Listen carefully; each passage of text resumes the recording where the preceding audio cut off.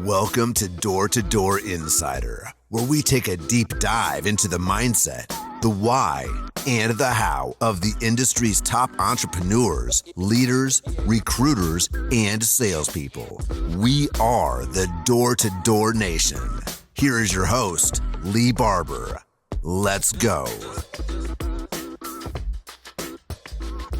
All right, gang, welcome to Door2Door Insider. Today's special guest is Joey Wier. He's a dynamic solar industry leader who began his journey in 2019, quickly rising from setter to closer and team leader. With 5 megawatts of personally installed solar, he's made a significant impact on the lives of countless individuals by teaching them a new career. Having worked alongside Lee and Misty Barber, he now serves as the district manager for Relentless Energy in Las Vegas. A dedicated entrepreneur, husband, and father of 2, Joey brings passion and expertise to both his professional and his personal life. Joey, welcome to the show, man. Thanks for having me again, man. We're still here. We're still here. Yeah. So just a quick excerpt for the listeners. We're going to go into Joey's business career first. We did another podcast back in November 25 of 2022. So if anybody's interested in hearing more of the backstory, where Joey came from, some of his childhood, some of his early career stuff, or just how much he's changed since 2022, which in my opinion is significant, go on to Door2Door Insider on Spotify or Apple and look for The Power. That was Joey's original podcast. So go there and listen to more. But welcome back, Joe. Thanks. Yeah, I listen back on that podcast sometimes. I've listened to it a couple times through, and I'm just like, I don't know that I needed to put this much information out there, but for all of you, I'm glad it's impacted some people, and I've got to talk to some people about some of the similarities in their stories, which is always cool. I'm an open book like that. Yeah, I think one of the big things that we've always focused on in our circle of friends and leadership and the things that we've done is being open and vulnerable. So, I think that it shares who you are, how far you've come, and that you can overcome any obstacle. So I have a lot of respect for the vulnerability you had in your first episode. I vibe with it.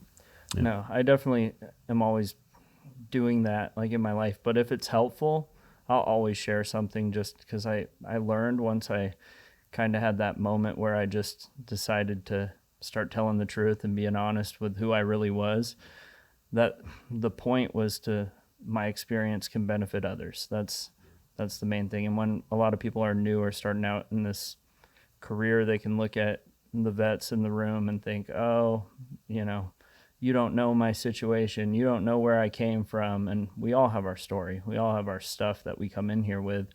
And it's just a matter of, you're not responsible for being born into a situation, right? Like, you were just born into it, but you're responsible for if you stay there or not, or if you grow above and out of that. That's a great intro, man. So I'll ask you, like, on, and I agree with that 100%. I think that we can't really change who we are until we identify with that person truly. And I think what you're talking about is, a lot of people will come in and compare their chapter 1 to your chapter 20. So on like vulnerability and growth and kind of identifying who you were, let's talk through some of the things that you've learned. I've known you personally, and worked alongside you and just seen a lot of the growth, but I'd like you to unpack it. So, identifying strengths and weaknesses and who you were along the way. Like, what were some of the challenges in the early years? You started back in 2019, we're 2025 now, just had a massive amount of growth, but kind of touching into that vulnerability and identifying who you are and the change. Let's hit on that a little bit. Well, I think when we met, so I was about to quit solar altogether. I had tried it for about 6 months, or I knew I wasn't trying it. And it was just this extreme fear, this extreme anxiety about leaving the safety and security of my job and not being very effective part-time. And for some reason, what was your job at that time? I was a server, so I was waiting tables, and I was making good money because I was in a nice steakhouse where I could make $300-400 a night. And I had bought a house, I had a mortgage, I had bills that required, a good amount of money. It wasn't like I was renting a room from a friend anymore. You were making 6 figures. Yeah, and so I had my daughter, me and Tiffany, had just got married. She had stopped working as a cocktail waitress, and I said I was going to just hold it down so she could, focus on raising our daughter. So it was a heavy decision to leave something that I knew I could make money, because I wanted that job so bad. And when I got it after a few years, I just realized, like, is this it? And so I knew I wanted to change. I just didn't believe in myself enough, and I was too scared to go knock doors. I just, like, every day I didn't really have a ton of training. Like, I feel like the correlations and everything were there. It's just like now, it's like we can lead a horse to water, but you can't make them drink. I can teach you everything, but without going and taking the action, it's like without the applied education, you're not going to get the results. And you're still going to have to face that, like, inner bitch, when you go out there. And it was just like, I would go and I'd have this motivation. I'd listen to the videos, and I'd listen to the trainings, and I'd have an idea of how it would sound, but I just wouldn't put in the time necessary. And I think a lot of people struggle with that because they have their priorities messed up. And I would think, oh, I got to do this, this, and this before I go work at the restaurant, and I'm going to knock doors today. And then I wouldn't do it, or I'd make other plans or conveniently not go do it, because you never feel like going and knocking doors, but like one day a week I'd go do it. And I wasn't getting the results, just like you don't get the results if you don't put in the effort. So I was at this point where I was like, the jumping off point where I said, you know what, I'm going to go back, and I think we'll touch on this later, but I was like at that uninformed optimism stage, and then I hit that informed pessimism, and then I hit that crisis of meaning, where I was just like gonna crash and burn and quit. And for some reason, I saw Jeff Iverson, who we both know. He posted you because it was your wedding pictures, and it rang a bell that somebody had told me when I was trying to recruit him, when I first was in my uninformed optimism stage and I was trying to recruit him about solar. They said I would work for Lee Barber if I was going to do solar.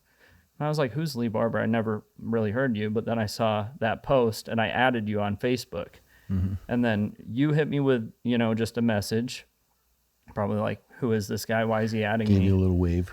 Yeah, hit me with the Facebook wave. And then I just replied back, and for whatever reason told you, hey, are you in solar? You said yes. I said, hey, I'm going to quit solar for whatever reason. I'm like, yeah, I'm in solar, but I'm going to quit solar. Said, don't quit. I've been doing this for a while. I can help you out. Let's get together. And I was just like, for whatever reason, I was willing to just come meet with you and give it a shot to take another look at this. And thank God I did, because it changed the trajectory of my life. So, man, I feel like the gratitude for that, I really do. Love you too, bro. Already got me crying on the podcast, Joey. Come on. Didn't take long, man. All right. Clean it up. So that's all right. That's that vulnerability. So there's a couple things in there. Like, I think you started at Legacy, right? In the original Legacy office, and then kind of went through the Sunder split when the Legacy and Sunder offices split up. Yeah. It was like right when I started was kind of when all that was going down with Steven, and he was the regional at Legacy at the time, and I was new. Those guys were all good to me. I think like they had a great program. I think it just, for whatever reason, I just couldn't get it there. Yeah, I love this. I mean, what's interesting is, as we kind of grow through the career, these are the consistencies that we see in human beings, right? It's that I've done a few podcasts with Ty Williams, and one of the things that he has always stuck with me about what he talks about is there is no motivation when you start this thing. It's like going to the gym. The motivation is there for a couple of days for anybody, like, that New Year's resolution, like, I'm motivated. And then you get in there and you realize you're not seeing immediate results. You're not feeling immediate results. You're not, you're embarrassed. You don't feel good. You have anxiety. You don't want to go. You're fighting all of these things. And, I think, I know that, what it takes to get through those periods is grit. And then once you start getting good at something, then you start getting motivated. And I think that's what most humans kind of miss that. And that's the 6 stages of change you were talking about. I think that, when you reached out, you saw something, right? You saw the forest past the trees. You saw people being successful. You were just trying to find a way. So I love that, man. That's really good. So, when you came in, we went through some different stuff together. You were still at, I think it was Top of the World, which is a great restaurant in Las Vegas. It's a 5-star restaurant, steaks, making $100,000. And you were in that transition. I kind of want to have you talk through, those decision-making processes from going from, a secure job. Your wife's now a stay-at-home mother. You have a mortgage, right? And these are some of the things people face into like this kind of uncertainty, and that the difference that you saw when you kind of went from a half in to an all in on solar. Like walk through some of that fear, because I think it's pretty commonplace. And like what was the grit? What was the meaning? Like what did it take you to get through that kind of valley of despair into a successful position personally where you were like, hey, I can actually do this? Well, I think the seed was planted because I've always been into personal development. Like I always wanted to get better. And then when I got sober, life started getting better, obviously, as it does. And I got that job, but I just have this never ending, like blissful dissatisfaction where I can be like working so hard towards a goal. But once I get the goal, I'm just kind of like, what's next? What's next? What's next? And I had kind of been stagnant for about 5 years because it was like working your way up from the extra board to a full-time position where you're actually making six figures. Takes a while. So it was something to pursue. But once I got there, I kind of stayed stagnant. And I started listening to Grant Cardone had a podcast called Cardone Zone. And it was him and Jared Glant. And I'd listen to it on the way to work every day. And they'd talk about sales being the vehicle, right? And I would apply as much of it as I could to the restaurant, to the shift that night. And I would usually like make more. And it was like a game, of like upselling and doing as much as I can. And I was seeing like it make a little bit of a difference, but you're still capped even with a tip job, because that's kind of like your commission. Your hourly's not much as a server. There's only so many tables you can serve in a night. Yeah. So and I look at the doors the same way. Like when I would go into like pre-shift, you'd start off, you'd be polishing glasses. You'd have like one table in your section at like 4 o'clock, 5 o'clock. You might get a second one. And you'd be like, today's a bust. I might make $50. Then you'd just get this overwhelming rush at like 6 o'clock and you'd run through that turn. Then you'd be tired, so say that's set number one or close number one or whatever. Then you'd have your second turn, and then you'd be like, okay, I'm good. I'm definitely good. I want to go home. But then you'd push through and stay there till 1 a.m, right? And then you'd walk out with, $300-400 after tip out. That's exactly how I see the shift in door-to-door now is like, it might start off slow, you might not get a lot of people answering the door early in the day. You might be prospecting, but later on, like, you get appointment and then you're like, okay, I got my appointment. I could go home, but it's not time to yet. Maybe number 2. All right, now I got 2 appointments. Well, let's go for a third. And if you push yourself to get like 2, 3, 4 appointments every day and don't go home just because you hit that one, you're going to have massive success and find what you're looking for. But most people stop at, when they stop at pre-shift. They stop at like, oh, it's going to be a bad day. I might as well go home. So now I can see it in hindsight. But anyway, so I'm listening to this podcast every day on the way to work, and they're always talking about sales, and I just got obsessed, but I didn't know what it was going to be. And I figured real estate, because I heard, that's a good way to build wealth is real estate. I didn't realize it was like real estate investing. I thought being a real estate agent. So I got my, I was like, it's a few $100 to get your real estate license. Let's do this. So now I'm just like, I suck at school. I'm sitting there trying to go to the class and taking all the notes, but I'm like, I got this big test to pass. And then I just got sideswiped by solar because we bought a house and people were marketing to me about solar. And then the guy who was trying to pursue me to sell me solar, Chico, he was like, hey, you should come check out this. I know Chico. Yeah. He was trying to sell you solar back then? Yeah, he was trying to sell me solar. Like when we had my wife's birthday party at Red Rock, he was like talking to me about getting solar on the house. Yeah. And then he'd like pop over, to like come hang out. But then he'd always be trying to like put together a proposal for me and stuff. And I'm like, no, dude, like I'm not trying to get into no long commitment. I don't want solar. I had all the objections. But then he was like, hey, why don't you come check out, doing solar? And I was kind of at that point where we had just got back from the hospital with the new baby. It's like 4 days into it. I'm like panicking, thinking, I need to sell this house to make the 50 grand in the equity to be able to afford a baby. And, you know, I'm just having these new father crazy thoughts of how am I going to support this kid?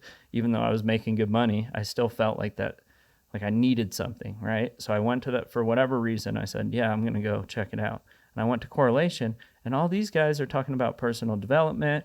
They're all in sales. They're in the vehicle. They're making six figures. Like they're like just my people. And I'm like, oh, this is dope. I want to do this. But then they started talking about knocking doors.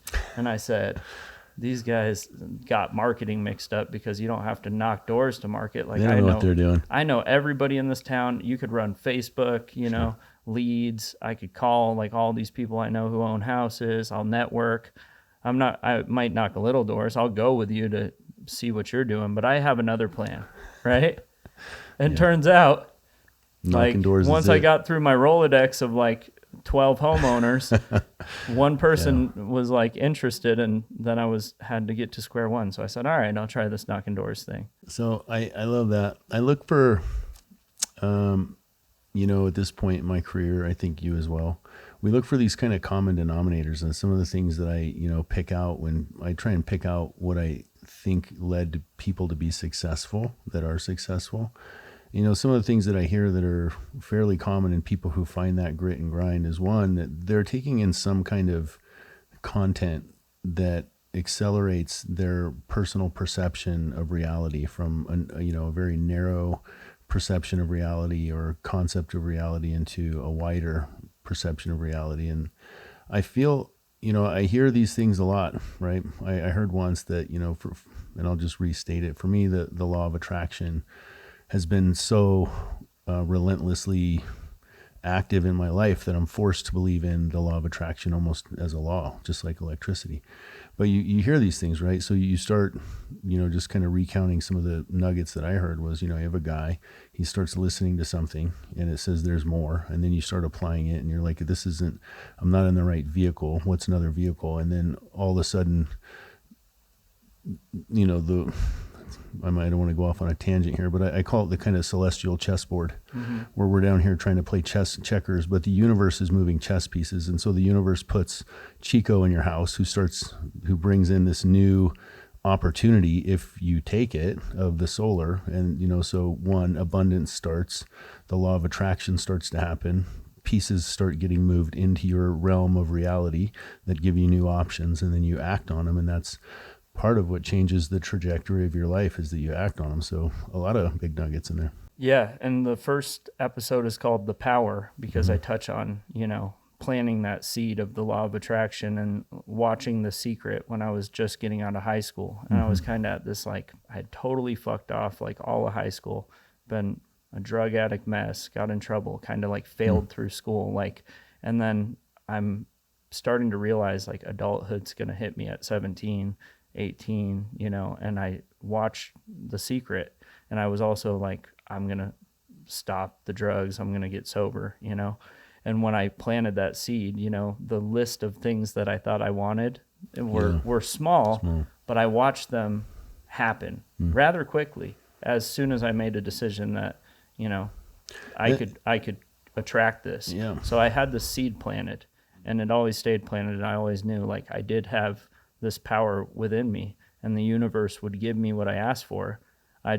It would get blotted out, you know, at times by distractions or this or that. It's not like you can just attract everything and do nothing. It was like I would get caught up in like these weird little, you know, left turns, right turns, you know, going one way or another, and forget I had all the power, and the universe would give me what I asked for, but I just wasn't asking for the right things. And that's what life does to a lot of adults. You know, you have that inner child in you that can go do anything, and then it gets blotted out by, no, I can't do it. And the world tells you what you can and can't do. And then life starts happening to you, and you forget that you can just make a decision. Yeah. And it's going to take work, but you can change everything. It was interesting. I mean, I want to talk a little bit about, you know, how you apply this. And, you know, when we say recruiting at this level in the industry, is what we're doing is we're looking for people that are possible to develop, or people that are already developed that will fit within, you know, the way that we operate, or people that we want to be around. But the law of attraction, so it's exactly what you're saying. I think, there's been studies shown that just by writing down a goal, it's 48% more likely to happen. And I use this thing a lot of the rudder on the boat, where most people are just in the ocean in a boat with no rudder on it, kind of drifting aimlessly. And I think, some of this is, for people setting a goal, understanding what you want. The universe can't deliver anything to you if you don't know what you want and if you're not walking towards it. And I think that's part of that kind of cognitive dissonance that people go through. So on the other end of this, you make the decision, you start to accelerate. I just want to kind of key into, we can, flow wherever we want with this. But in recruiting, like, how do you see, because this is what makes us, when I say recruiter, it's not like this, tag word. I think to me, what a recruiter is somebody who's kind of been there and done that, who's turned into a successful person, hopefully mentally, spiritually, physically, and financially, that is able to, because when we do recruit somebody and they're putting their life in our hands, their family, their trust, their belief system, to say, hey, I think I want what you have. Will you teach me that, right? And so now on the other end of this stick, you go through all of that. What is your kind of experience in identifying those things with people and helping them through that kind of valley of despair that people go through, and finding the grit into, ultimately hoping to find some success? Good question.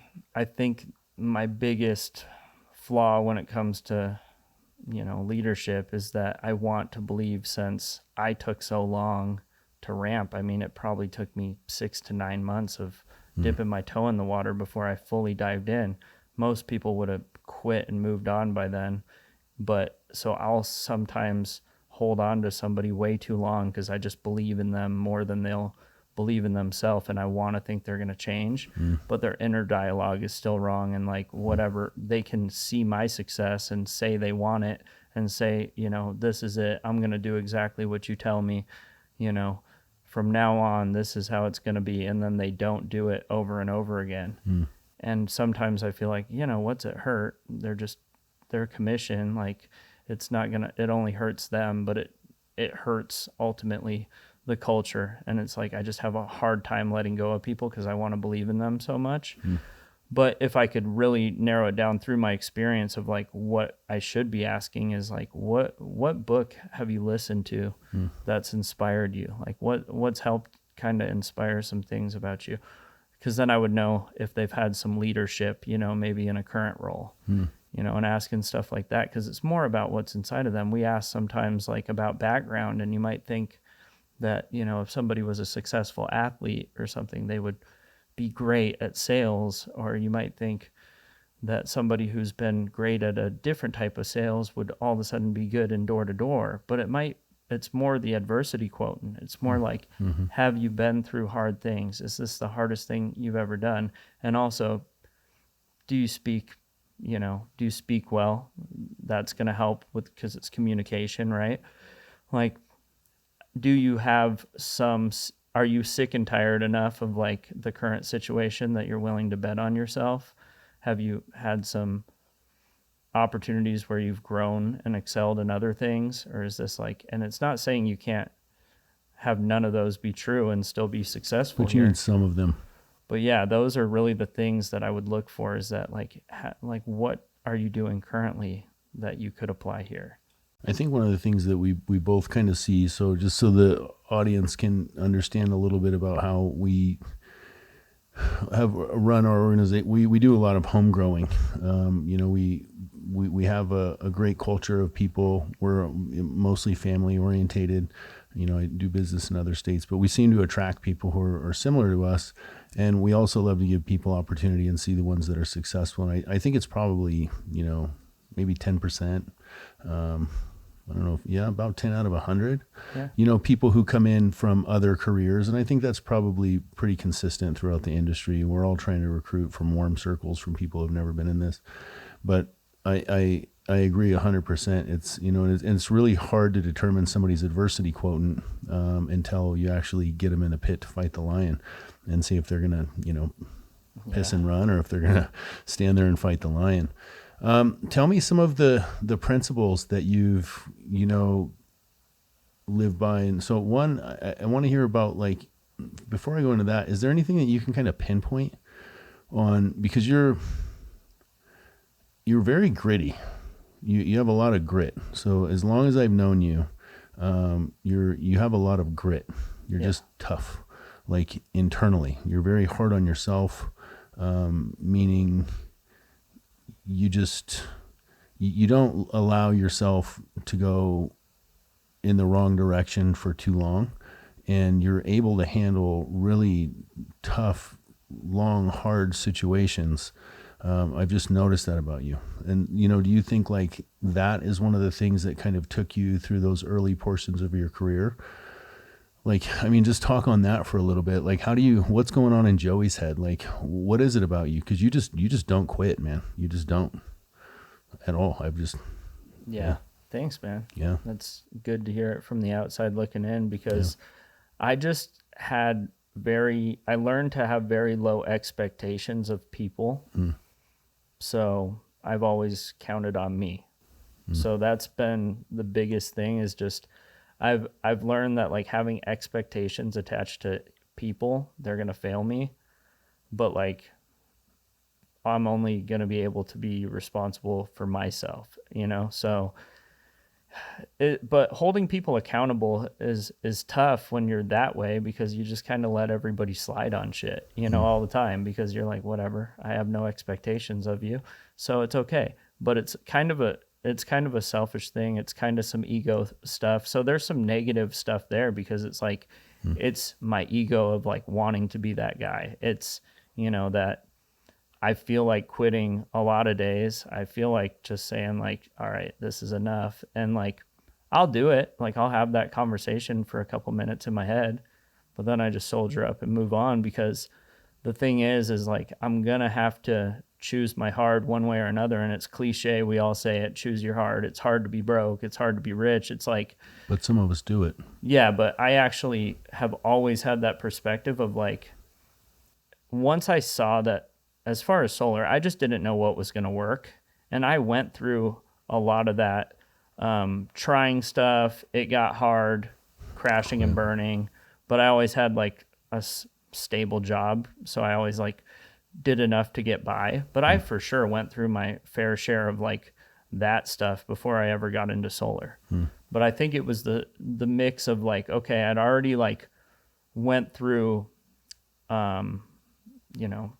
getting arrested, and like having a big kind of like change in my life. Cause it was like, to me, it was serious, cause it was like my first time getting in serious trouble as an adult, facing this felony case, going through, having to get sober and pick my life up, breaking up with somebody I had been with for a long time, and like watching her go through her addiction, and like being able to walk away from that and being able to move on with my life, going through that, what you go through after a breakup, of like being able to learn to love myself, and have that time I needed, that space between before I met Tiffany, my wife now, to like be okay, like 100% with who I am. And that was like really what kind of changed me. And then from there, it's just been learning how to set boundaries and learning how to like just push myself internally, because I had been through those hard things, which we've all been, people have been through harder things, but for me, those things all developed a callous mind of like being able to stay sober through these different things. And like, I'm like, well, the odds with, my friends and the people that I grew up with, it's like, you're in prison, you're dead, or you're still addicted to drugs. Yeah. So I'm like, for me to just be here and have this opportunity and be able to just show up every day for life and do things that I never thought I could, like, what else could I do? It's like, so I just have that vision of like, it's all going to work out, but I'm going to bitch about it every step of the way internally, but not out loud. Yeah. Sometimes I'll bitch a little bit, but like, I just will beat myself up because I think everything is my fault, and like, it's not always, but like, I just don't want to have that victim mentality. And I want to say, it's up to me. Like, let me just push through this season. This too shall pass, Yeah.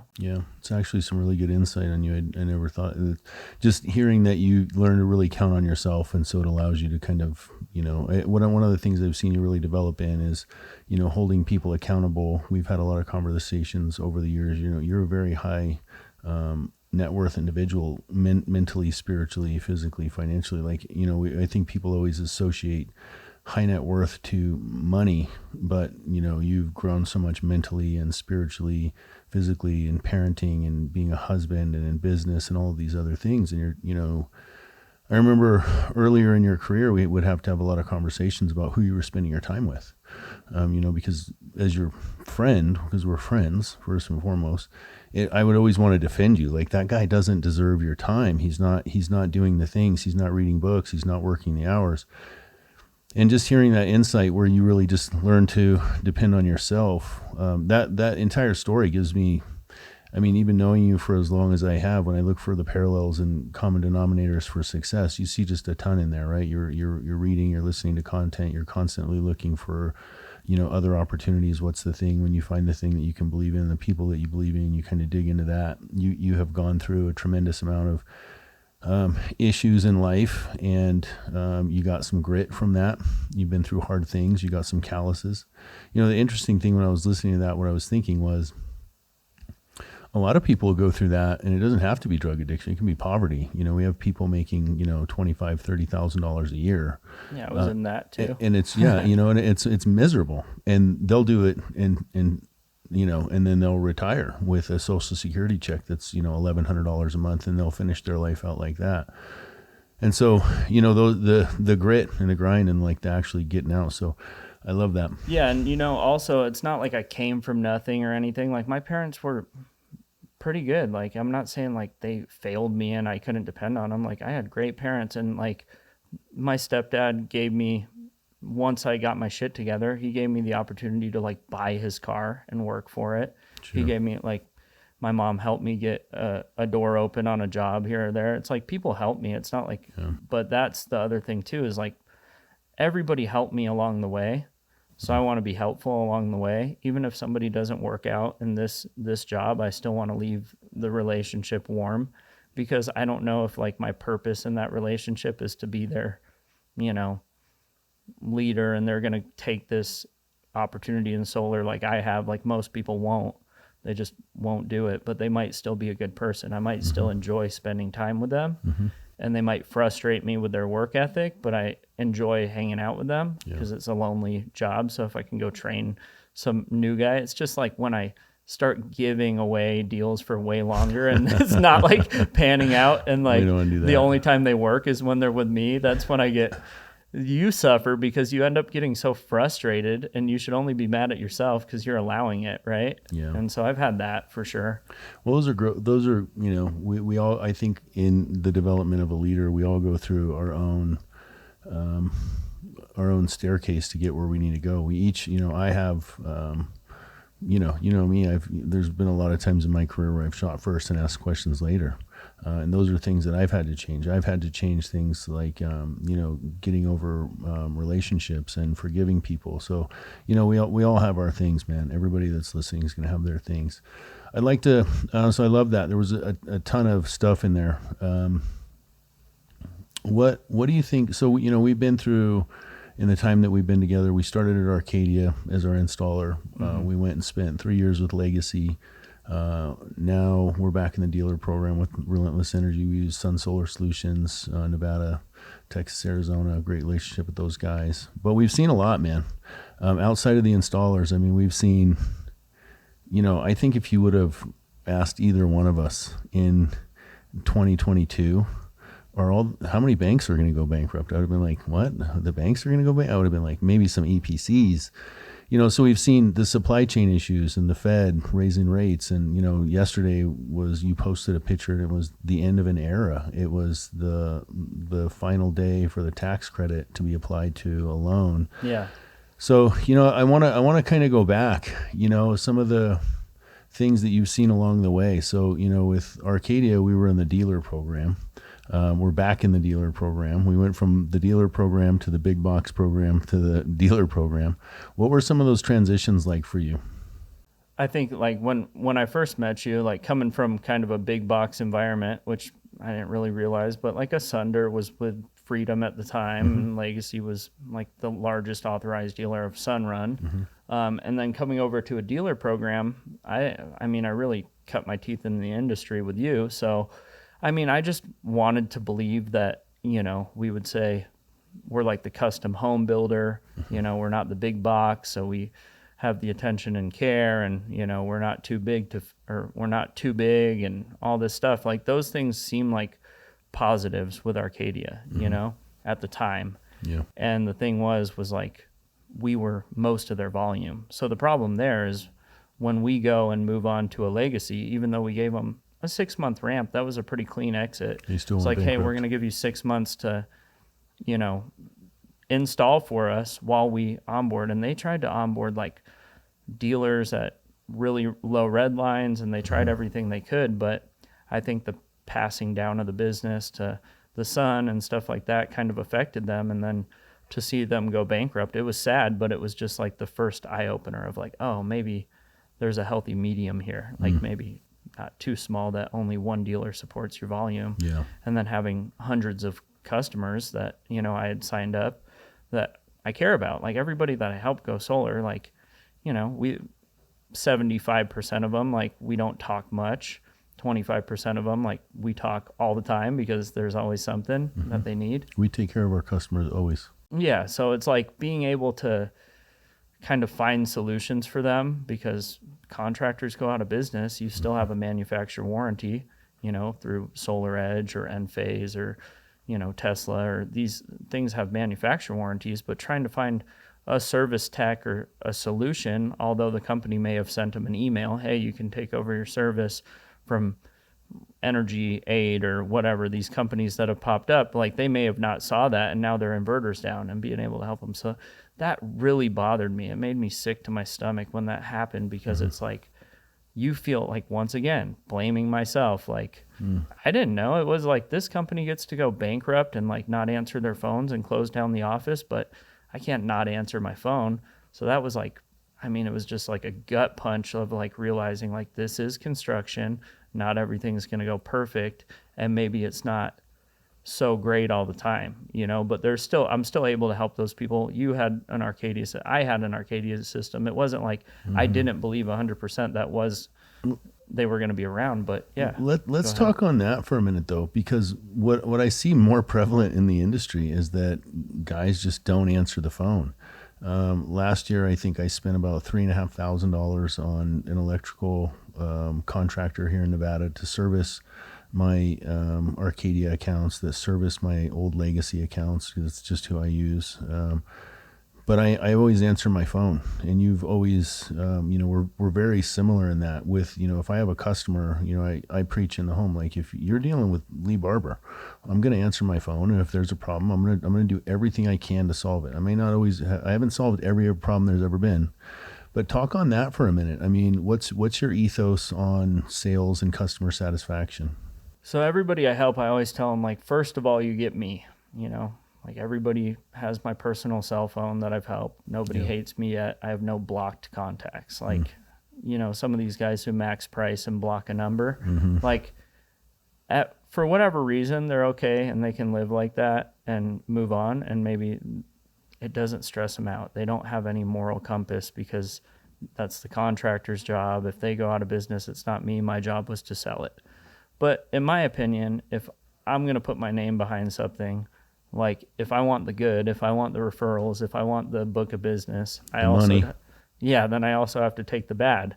So I've always had this, like, especially when money's coming in abundantly, like I've been blessed in solar where most of the time, you know, like we've had some downs, you know, in the last year, but usually it's like I have so much money coming in that if I have to spend $200 to solve your problem, like, I got you. Like, I'm fortunate that solar has given me this opportunity to have abundance where I can pay my bills and also pay to fix a Solar Edge or something. Like, it sucks, you know, that these people are in this situation, but there's always a solution. It's not like the solar doesn't work. It's easy. It's easy fixes, and money kind of can solve those problems. So I just feel like, you know, as long as I'm in the business, and even if I'm out of the business, I'd like to be able to be a man of my word, even if it's just answering the phone and letting them know that I cannot no longer help them, but I can point them in the right direction of somebody who can, and I've learned to have those conversations,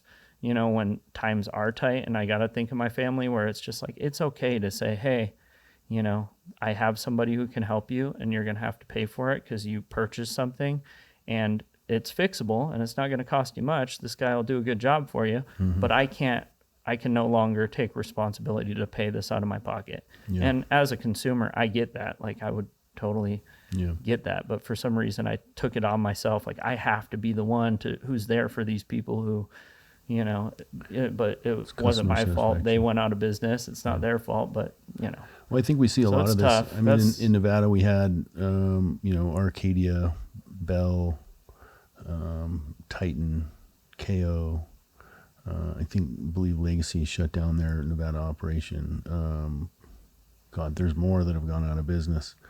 But across the country, Titan's a great one to use because there was it's a national company, and I'm sure anybody listening to this knows somebody that knows somebody that has customers that were affected by Titan going out of business, and it's like, what do we do with those people? So this kind of leads into. So I want to talk a little bit about the good and bad of Legacy. We're not going to throw any mud or anything like that, but the good of Legacy. Yeah. So we come over to Legacy after that 6 month of like letting LIS or their installations open up out here in this market.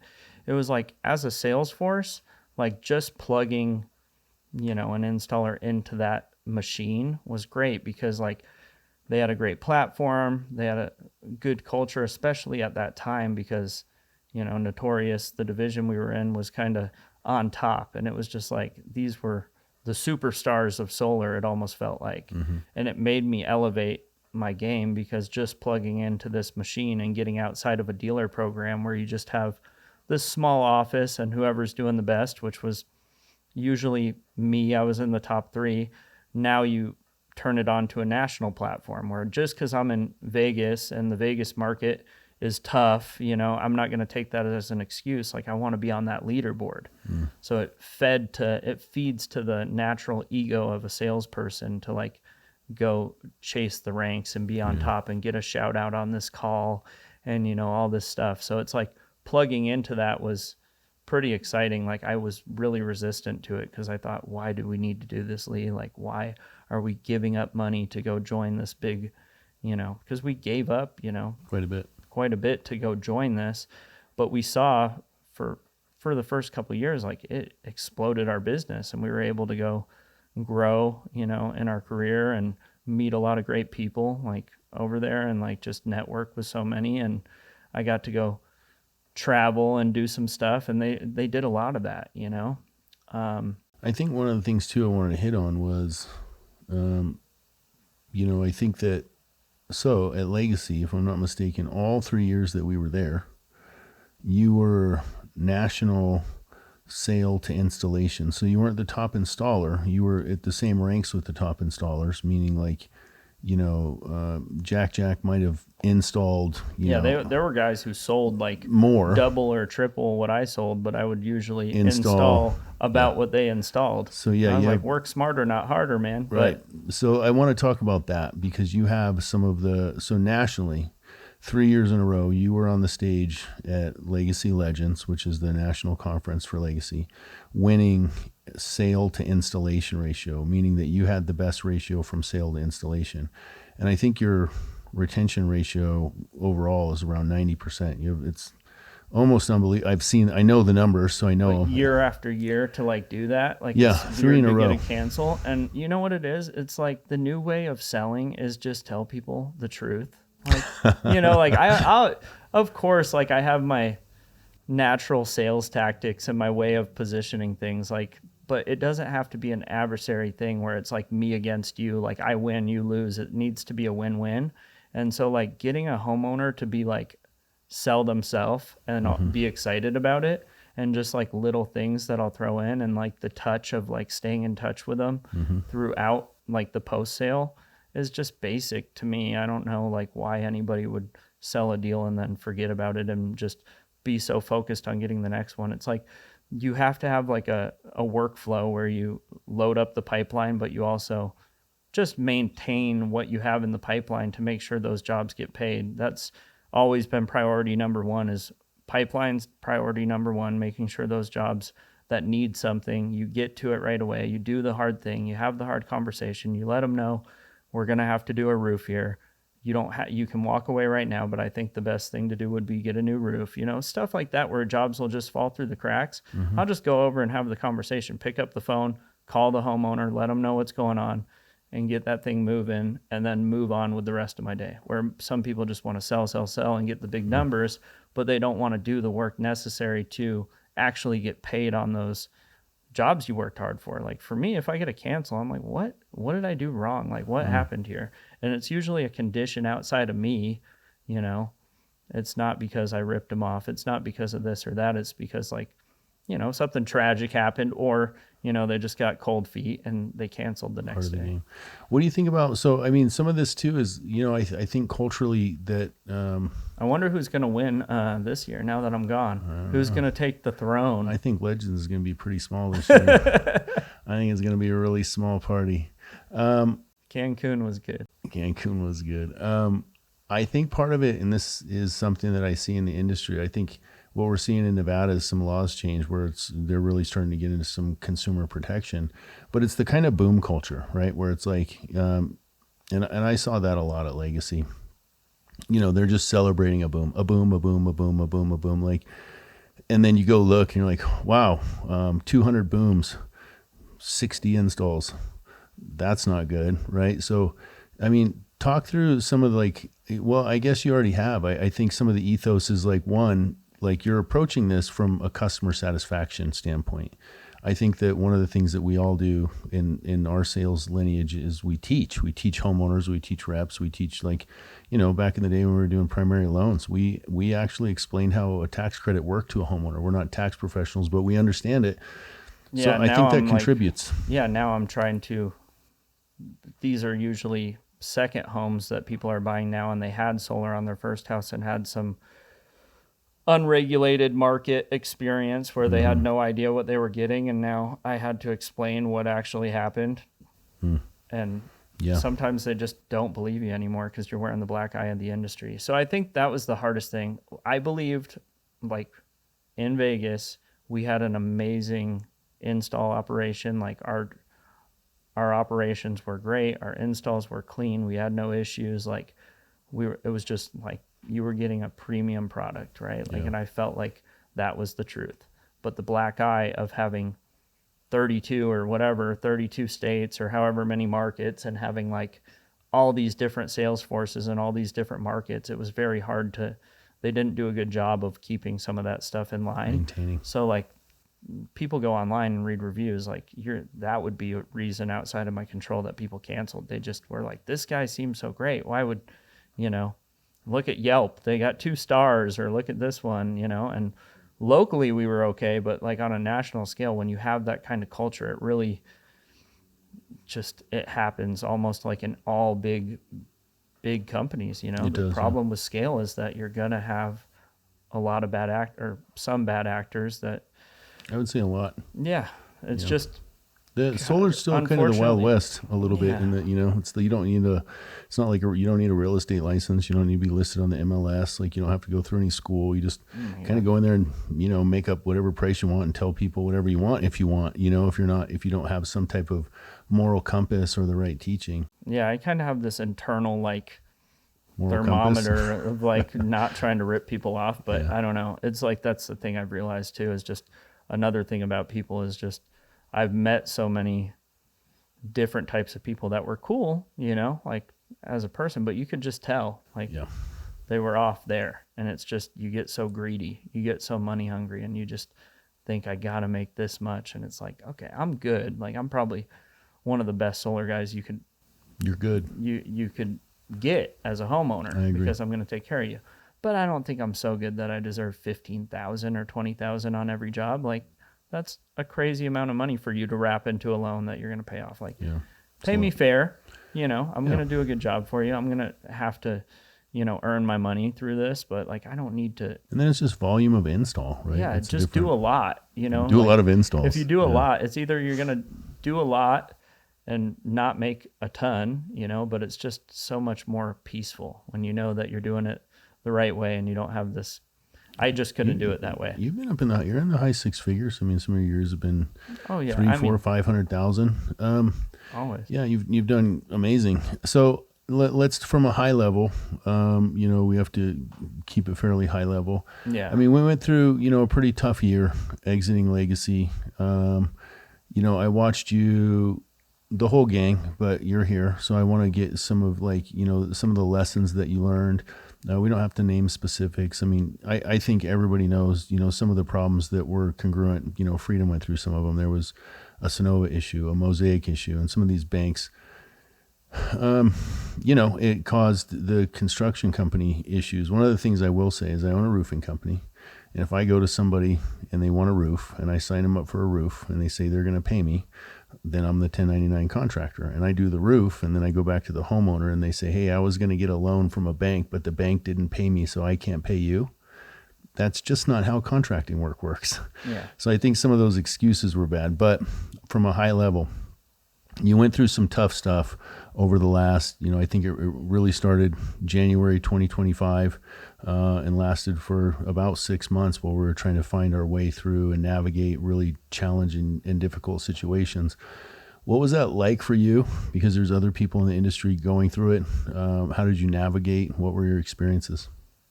So I think like in 2022, if we go back there, like we peaked as an economy. Money was flowing. We were at the end of the low interest rates and you couldn't lose if you were in sales. Like I think most people had their best year ever. It was good. And we knew, going into 2023 that like loans were going to change, interest rates were going to go up and like turning back time, like I die for like just knowing that I could just sell a higher interest rate because it is what it is and have the tax credit. I'd pull out a tooth right now to go back to, then and know that the tax credit would be gone like today, or basically like you can't get a loan with the amortized payment. Right. But anyway, so I think we peaked there. And I think being that it was my best year I had ever had, my income literally tripled that year coming from the dealer model to this. I thought like, this is it. I found it. I'm never going to make less money than this. And like, I'm balling and just kind of had that idea. And like, I had tons of money in the bank, this and that. But I didn't really I didn't really see what was coming next. I would always say like, I got this money saved. When the economy crashes, I'm going to be ready, Then 2023 happened and it was like tough, but it was like things were changing. We found out, PPAs kind of came in at a good time because our utility here raised the rates. So we had a solution there. And it was like we found a way through there, made great income. 2024, it was like you could start to see the tide start to shift a little bit and start to hear like the rumblings of Sonova is not paying dealers. But you can get caught up sometimes when your leadership is telling you like, we're their biggest customer. Like they'll always pay us. Like, don't worry about that. And it's just like, well, okay. I mean, I'm still getting my check. I sold that deal, so it must not be true. And you got even customers telling you like, hey, I don't know about Sonova because they're not looking good. And I'm like, well, it's just a bank, which ended up being true. Like I have a Sonova on my house and it's not like the bank's just going to sell the paper to somebody else. The homeowner doesn't really get caught holding the bag. It's just like when a mortgage company takes over. But what I didn't like, why as a business would you not pivot early? Like why would you not make that decision early to make changes? And I think when you're in a big market where you're focused on so many different states, it's easy to like just let one of your markets just be like, whatever, it'll pan out. It's not that much of a priority. And so what we saw in the Vegas market is because there were lack of options, it was like we really had options that were good but very limited. If one of the two went bad, you were going to be in big trouble in that market. And it's like, as a business, if I don't get paid, like even when I didn't get paid, it's like I pay my referral partners first. I pay my setters first. I make sure that like the people who are going to generate future revenue, You always pay your people. I want them to get paid because, you know, I like, even if I don't get paid, it's like they're going to go create future revenue. You break that trust, it's tough to like walk back with. But I really like, you know, did have love for them. I felt for, you know, the situation where they miss a huge payment, you know, we're talking millions of dollars if they don't pay an installer. And I know that happened across the board. But like I was so invested that I was willing to say, you know what, like let's make this work. Let's build together. Let's go through the storm. Like we had never really been tested. And so let's see. And I wanted to believe that like what I was hearing was the truth, because it started off with, oh, they miss a payment, you know, how long is it going to be? We don't know, but it could be 2 weeks, 3 weeks, a month. You know, that's kind of what I'm thinking. I'm like 6 months. But yeah, I'm just like at a certain point, like this is a tough cross to bear, you know, like, and if we would have adopted a good option that worked out and all that, like I just started losing this lack of belief in saying that we were the best option anymore. And for me, that was tough because then I had to start that mess with my moral compass when I'm telling a homeowner we're the best and I know what's going on and I know that there's rumblings and you're still giving me a bank that hasn't paid you as my only option.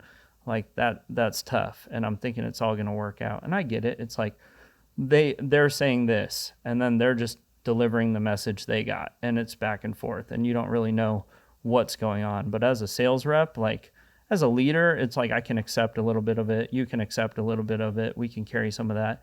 But our people, they don't care. They don't want to hear this interesting way of how a PPA fund works. They're like, where's my money, dude? I can't pay rent.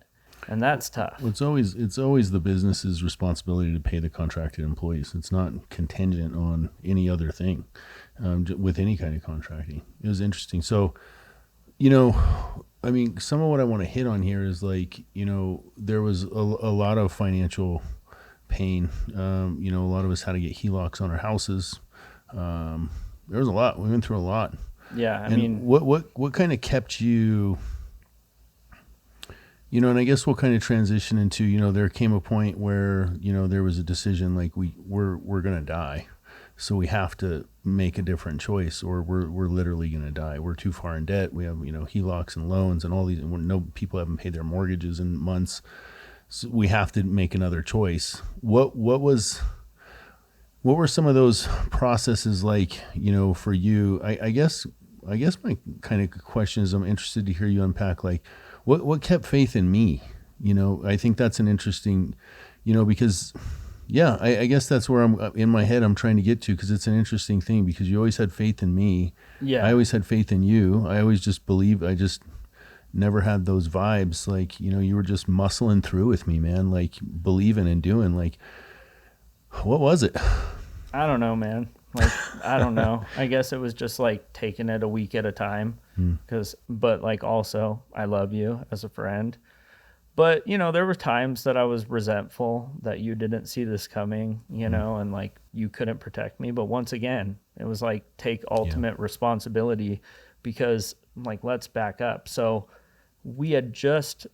I had my best year ever, you know, and I still wasn't spending a lot of money. My expenses were pretty much the same. I had, you know, hundreds of thousands in the bank. I was good. Taxes were paid on time. Like I was good, but I was like, let's go buy a new house. Like, let's treat ourselves. So I had just got a new house and, you know, the bigger house with the big payment.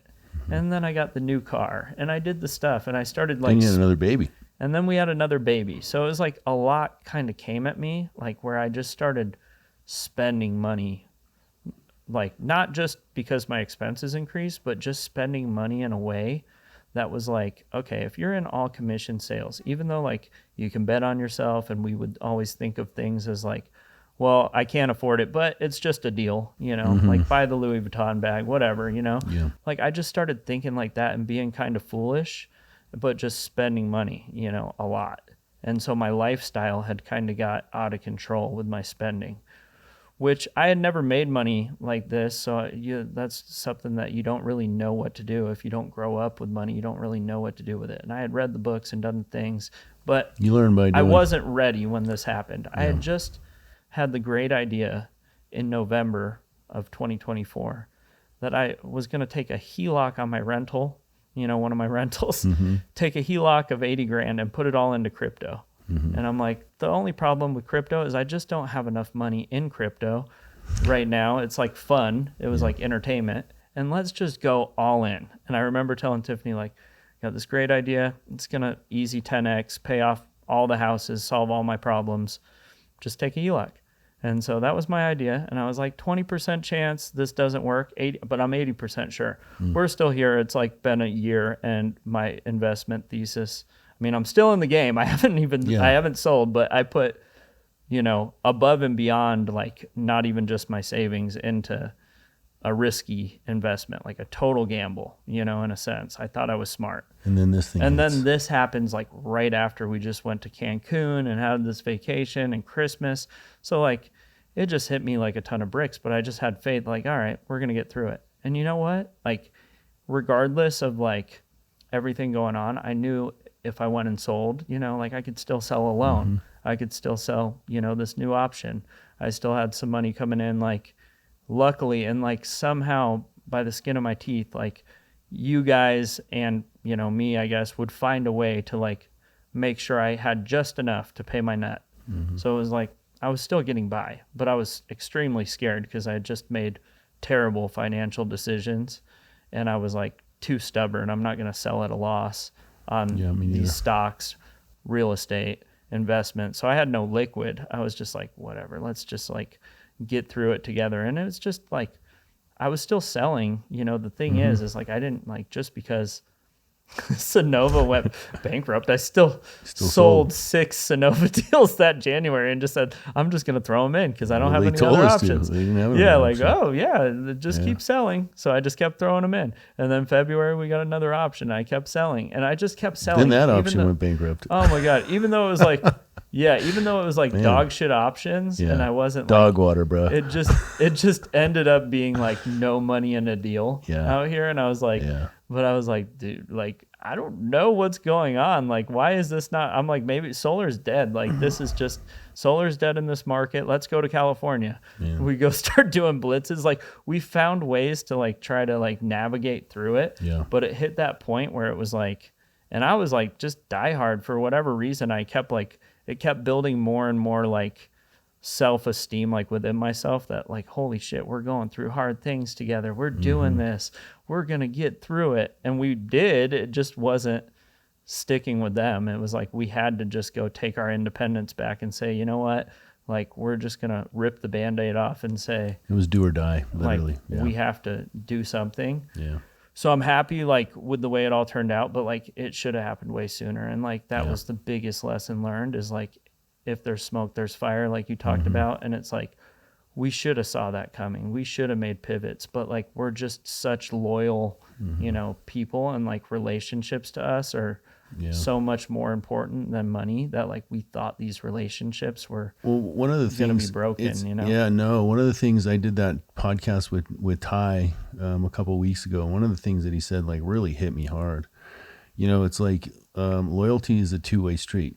If I'm being loyal to you, but you're not being loyal to me with business information, banking information, financial information, payment information, culture, like you have to be providing me with a place that I should be loyal to. And if I'm being loyal to you and you're not being loyal to me, that's called manipulation. And so, but the problem is sometimes when we're in a manipulative relationship, we've all, I think probably everybody listening, or you and me can, even with a female, or, if a girl's a guy or whatever, whoever anybody's ever dated, they've dated or known somebody in their family that's manipulative, where they've been loyal to them. That's, it's hard to see sometimes those manipulative situations when you're in them and you're loyal and you're like, and what I've learned through some of my therapy, the reason is because normally the way we think is that we think other people are going to act like we act, because that's how we see the world. So I see the world as, hey, I'm going to die on the field with you. I'm going to be loyal with you. I'm going to love you. I'm going to stick with you in hard times. I'm going to go through it. and we think the other person is reciprocating those same values, and they're not, and that's a form of manipulation. So what I learned was like, I agree, should have left sooner, but hindsight and retrospect, right? 2020. Yeah, but we had grown like really real relationships like 100%. with these people, and it was like, Yeah. it wasn't really Wasn't something at the time, to take lightly. It wasn't easy to do, and I knew these people, like, they cared. Well, I thought they cared just as much as like I did, and they were doing everything they could. So I'm going to do everything I can and focus on the controllables. And then just the hits we took with like our team being a little bit less loyal, and thinking about them and their family.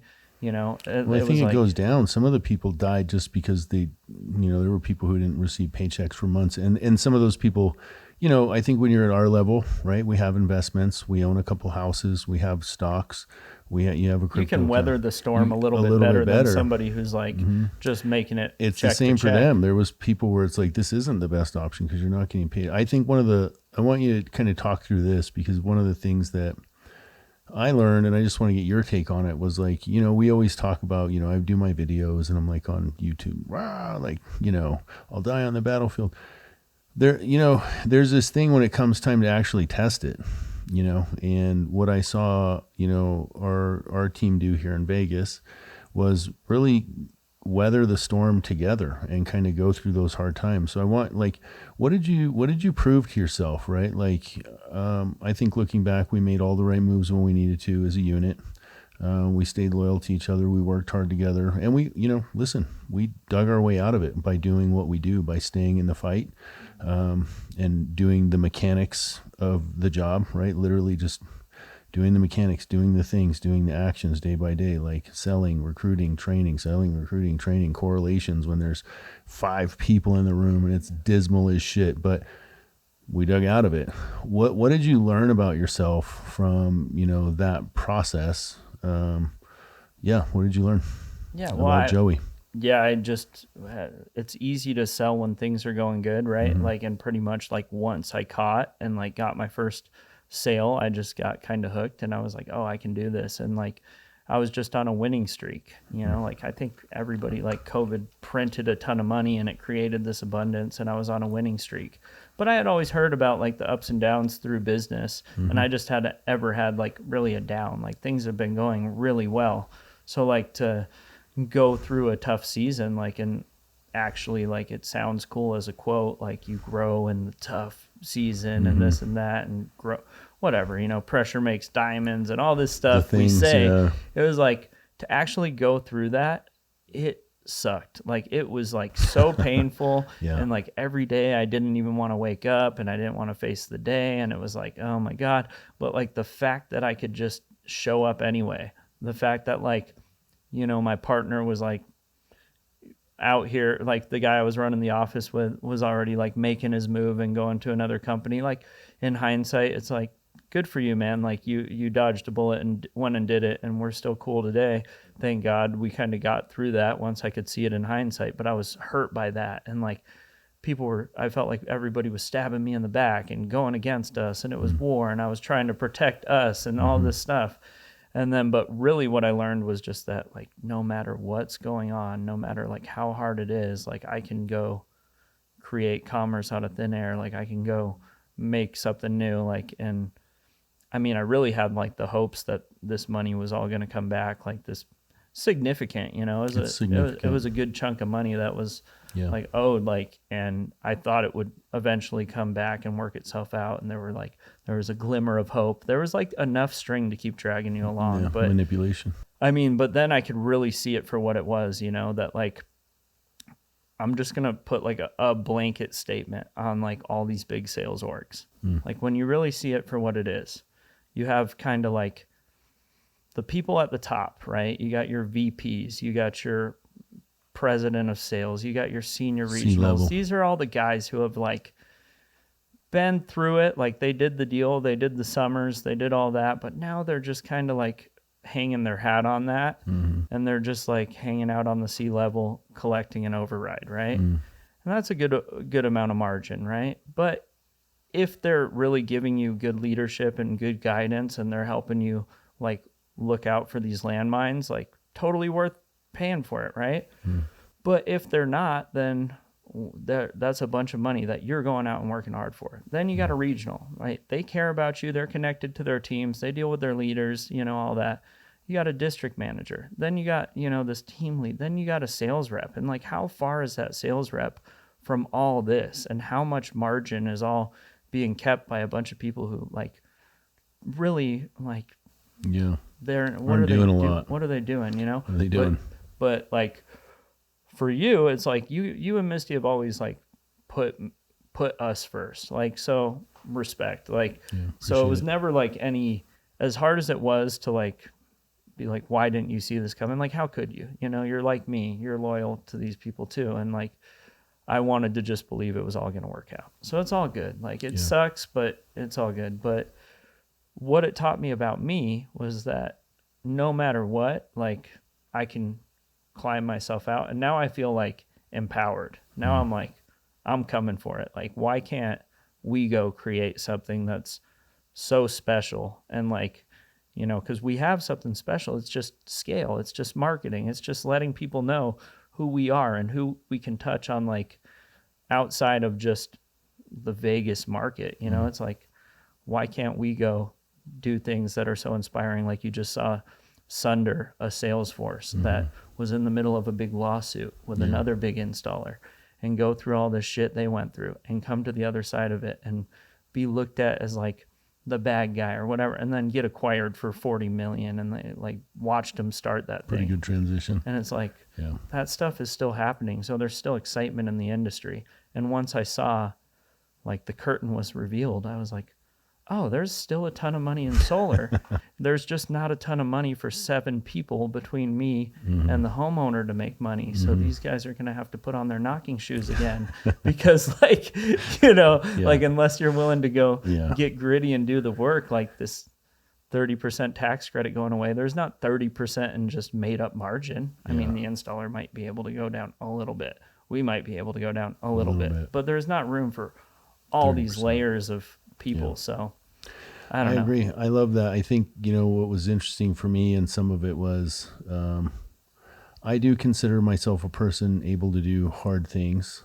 And I think outside of, my, I think most people know I have a colorful past in my youth. I spent quite a bit of time in detention, but outside of that, into my more normal life, this was one of the toughest periods of my life.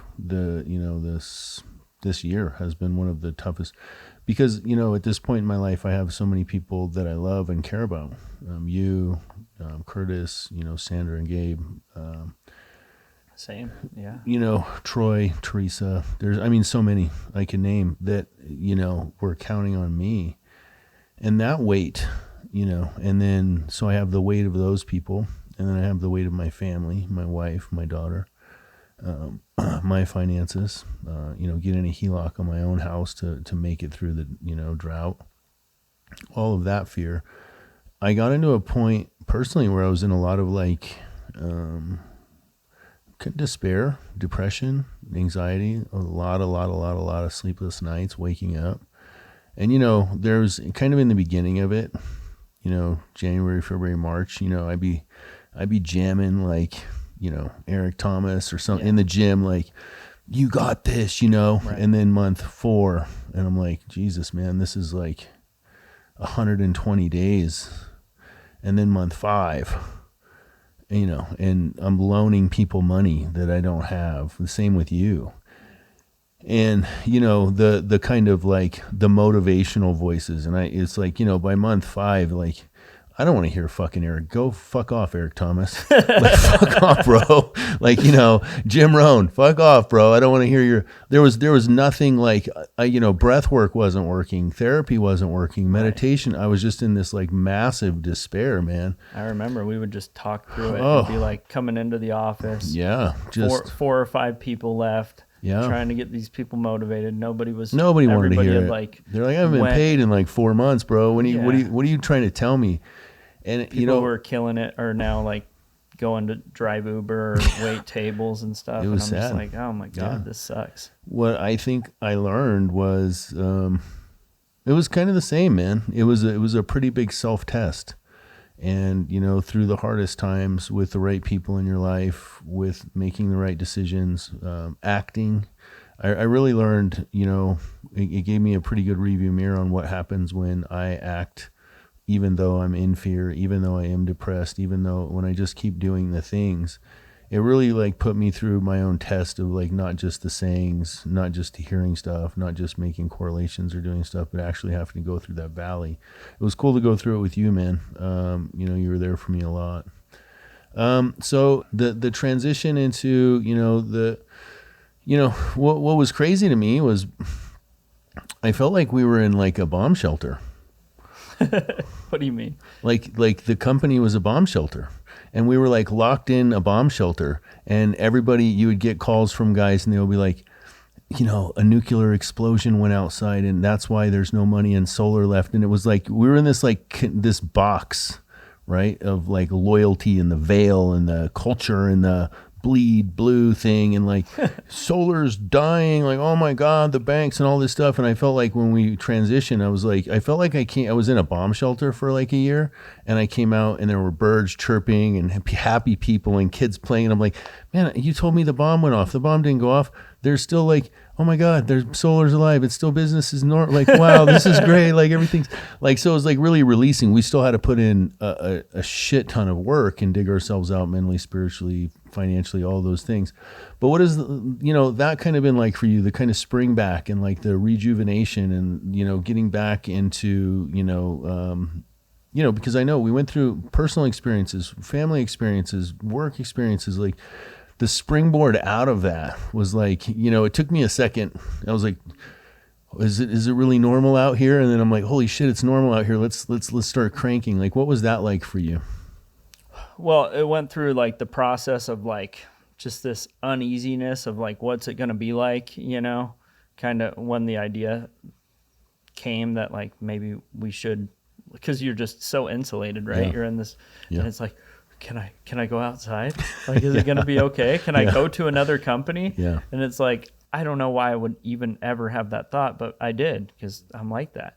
And then you, like you said, it was like went through that grieving process of like being mad at you because like you're in, like, how could you do this to me, this and that? I don't want to go to dinner and celebrate this new thing. I got to go fucking self-gen 30 deals to just climb out of the mountain of debt I'm in, And then it went through like the, okay, like, fine, I'll go sell. And then I just sold a deal again. And it was like the first time I ever sold a deal. It was like, holy shit, this is it. And I just like bootstrapped it. And I just was like, I'm just going to put my head down, focus on, me, focus on selling, focus on self-genning, knocking every day. I'm not doing all this bullshit interviews, all this stuff like that I was doing. I'm just going to focus on selling, right? And then the thought occurred about 10, 15 deals in, that I was like, man, like you and Misty gave up a region, right? And like for the good of a few people who are still here, like your close friends and the people we care about. So you were willing to leave behind, a lot more for the few. Yeah. And I was like,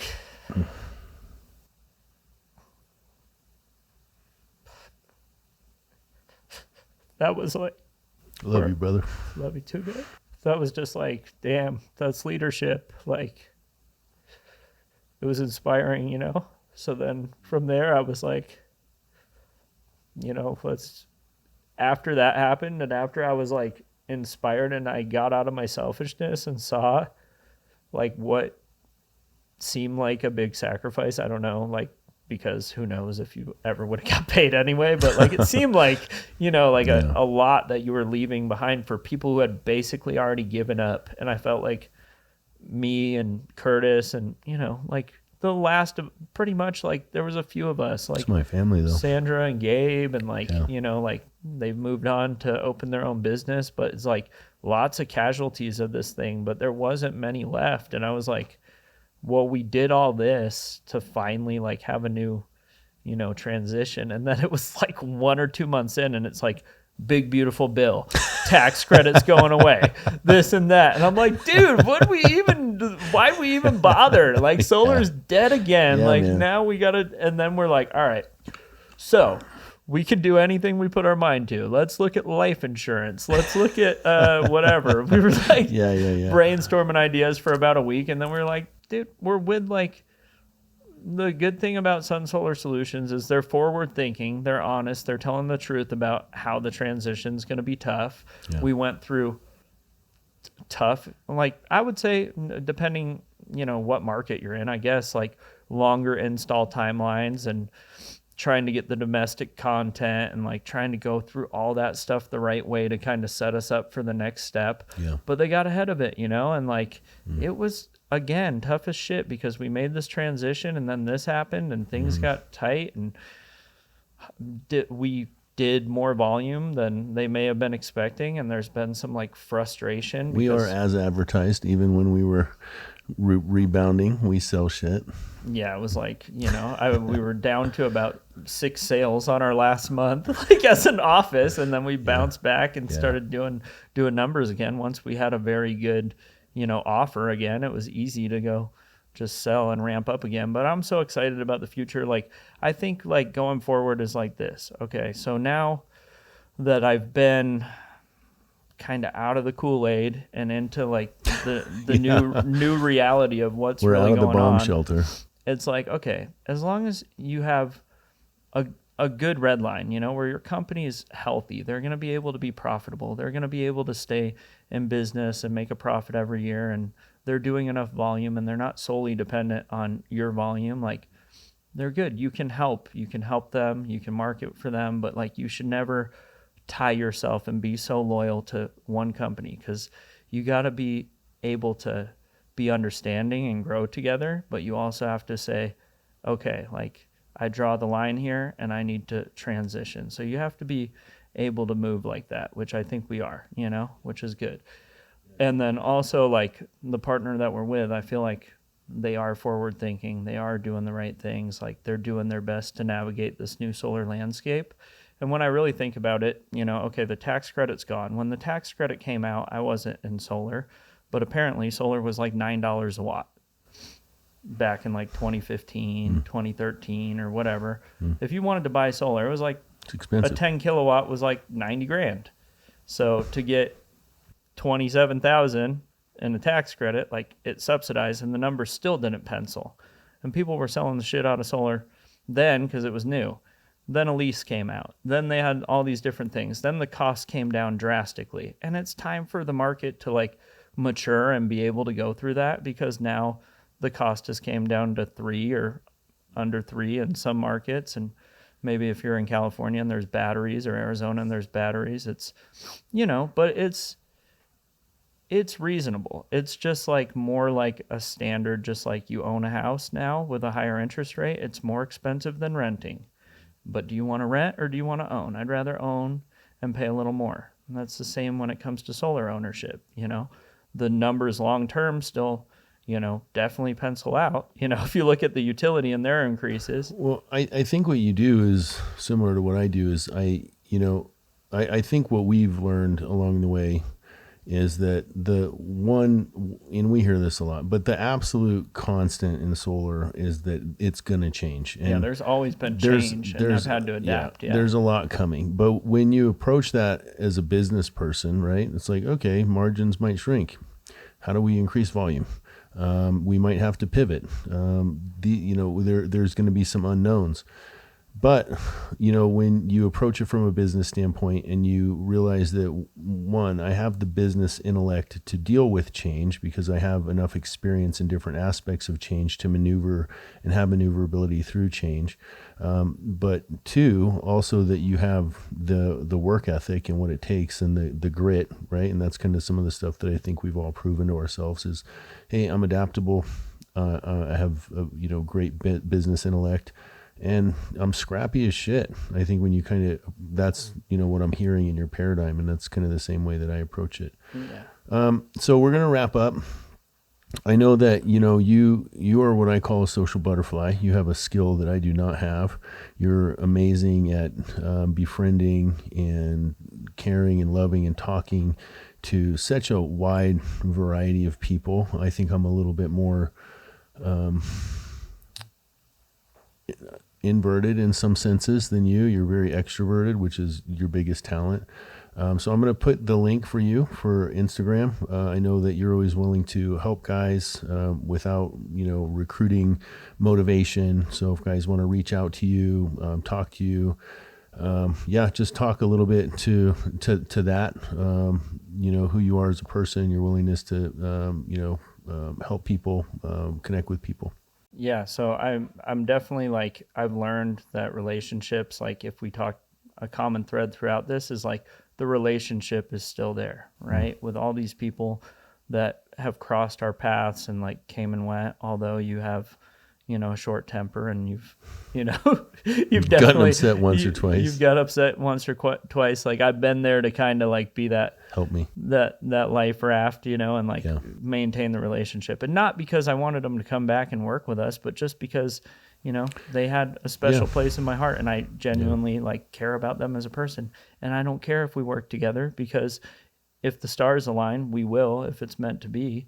But I just want to be helpful and I want to be there for people. So, if you resonated with this, if you want to get to know me, I'm pretty open. I respond to pretty much anybody who DMs me, except for the life insurance. It's kind of getting old. Like, I don't want to sell life insurance. No, I don't want to go talk on the phone remote. Like, I just want to go knock doors and keep doing this. I respect it, but for now, I'm just like, but for the most part, if it's genuine and you say what's up, like we'll connect. I'll give you my number. We'll talk. We'll start the relationship. Like hold each other accountable. Whether it's trying to get in good shape. I'm always trying to hit the gym. So if you want to do some sweat checks and stay accountable there, if you want to just, network and talk about solar and, the industry and what's changing. I'd say hit this dude up for some closing advice. Yeah. You're one of the best closers I know. Yeah. If you want to learn how to close deals that stick, I would like to start putting out some more content. So you're going to start seeing some content from me that's more specific to the industry and sales. I'm kind of torn between like marketing and trying to like bring in recruits. I'm marketing and letting homeowners know what I'm doing and like trying to help them save money on their power bill, and do that stuff, but also trying to show people what's possible in the industry and recruit them.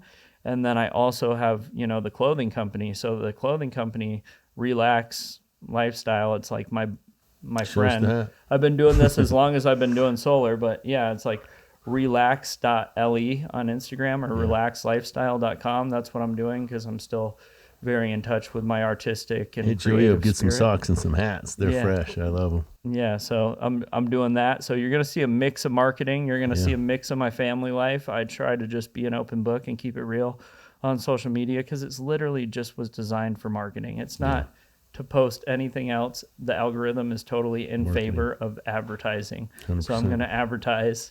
So if you don't like that, don't follow me.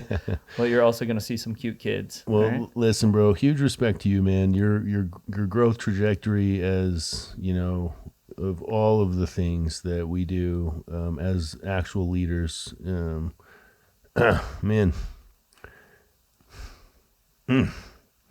you're an operator, brother. You've, we say these things, but you've earned the badge. You're a SEAL. You're a frogman. You've done the things. So just for me to take this opportunity to give you that respect, I love you. I'm proud of you.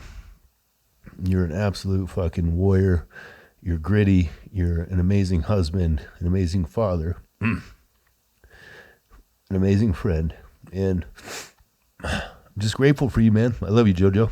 Love you too, man. I'm so grateful for our friendship and, just this brotherhood that we've developed from a Facebook wave to now. And like the solar flirt. Forever grateful for you teaching me everything that you've learned along the way and helping me progress with you, and look forward to working together for a long time. Appreciate you, brother. Love you.